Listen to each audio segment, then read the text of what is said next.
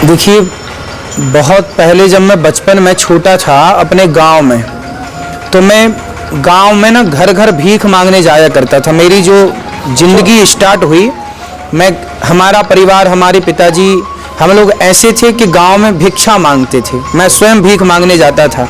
जब तक भिक्षा नहीं लाता था तब तक हमारे घर में चूल्हा नहीं जलता था। मैं खुद चावल दाल लोगों के घर जाके भिक्षाम देही कहता, तो लोग सूपे में, सुपड़े में ना, जैसे सीधा कहते हैं, सीधा लोग सजा के देते थे। तो मैं आटे के थैले पे आटा, चावल के थैले पे चावल, 3 थैलियाँ लेके जाता था। कभी कुछ लोग घी भी दिया करते थे और कभी कुछ लोग आलू और नमक भी दिया करते थे। वो सब कुछ लाके मैं माँ को देता, फिर भोग बनाती माँ, और भगवान को भोग लगा करके हम लोग उसे प्रसाद पाया करते थे। एक दिन क्या हुआ कि हमारे गांव में ना एक मंदिर है, हम लोग वहाँ बैठा करते थे सभी लोग। तो एक दिन वहाँ 8-10 साधु आ गए। लगभग 11-12 बजे का दोपहर का समय था।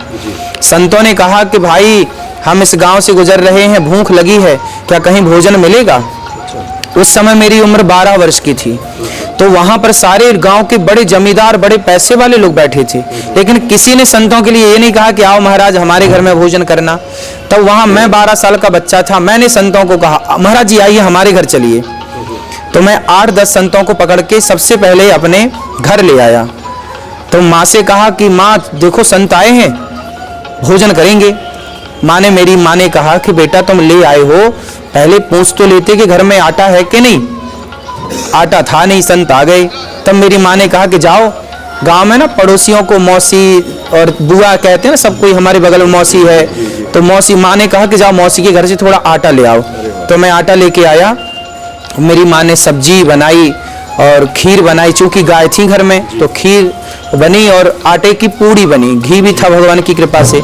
तो खीर, पूड़ी और सब्जी, साग, ये 3 प्रसाद संतों को पवाया। और संतों को पवा के जो बन पड़ा उनकी सेवा, 10-10 रुपए जो दक्षिणा बन पड़ी, जितनी थी हैसियत क्षमता, देकर संतों को विदा किया।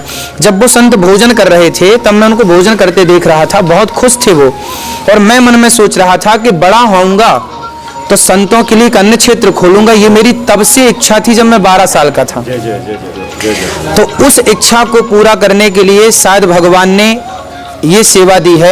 मेरे मन में बचपन की इच्छा थी कि मैं संतों की सेवा करूंगा, अन्य क्षेत्र खोलूंगा कि कोई भी, अब मेरे गांव में संत आते थे ना, तो लोगों के यहाँ भोजन नहीं मिलता था, तो मैं पकड़ के, चलो मैं था तो पकड़ के ले आया, मैं नहीं होता तो वो संत चले जाते। तो मैं चाहता था कि कोई इस गाँव से, कोई यहाँ से कभी भूखा ना जाए, इस घर से भूखा ना जाए। भले भोजन नहीं था तो हम मांग के आटा ले आए, लेकिन सेवा की, वही सेवा का भाव शायद भगवान ने देखा होगा। वो संतों की दुआएं, आशीर्वाद मिली होंगी, उन्होंने खूब आशीर्वाद दिया, और वही आशीर्वाद है संतों का। क्या सभी संतों की सेवा का धाम में, कहते हैं ना वृंदावन धाम है, यहाँ पर राधा रानी की कृपा के बिना, बिहारी जी की कृपा के बिना कौन आता है? और यदि कोई आ नहीं सकता तो यहाँ पर जितनी गौरी गोपाल भगवान की सेवाएं चल रही हैं, वो सेवाएं उनकी इच्छा के बिना थोड़ी हो रही हैं। यदि हो रही हैं तो मर्जी किसकी है? ईश्वर की मर्जी है। वृंदावन इतना बड़ा धाम है, यहाँ कोई भी आए तो भूखा ना रहे। गौरी गोपाल की रसोई दिन भर चलती है, हजारों लोग भोजन करते हैं। कृष्ण जन्माष्टमी में तो 80,000, 70,000, लाख लोग भोजन करते हैं। और बाकी सामान्य दिनों में तो आपने खुद देखा है, लाइन लगी ही रहती है। अभी भी आप चल के देखेंगे तो लाइन लगी है, भक्त भोजन कर रहे हैं, द्वार खुले हैं, कोई भी आओ सबको प्रसाद। ये सेवा है, ये भगवान करा रहे हैं, हम और आप निमित्त बन गए हैं। बाकी सब करने कराने वाले भगवान हैं। हमारी क्या हैसियत कि हम कुछ कर सकें? सांस भी लेते हैं तो ईश्वर की मर्जी होती है। हमारी हैसियत तो ये हाथ उठाने की भी नहीं है, वो ना चाहे तो कौन हाथ उठा सकता है?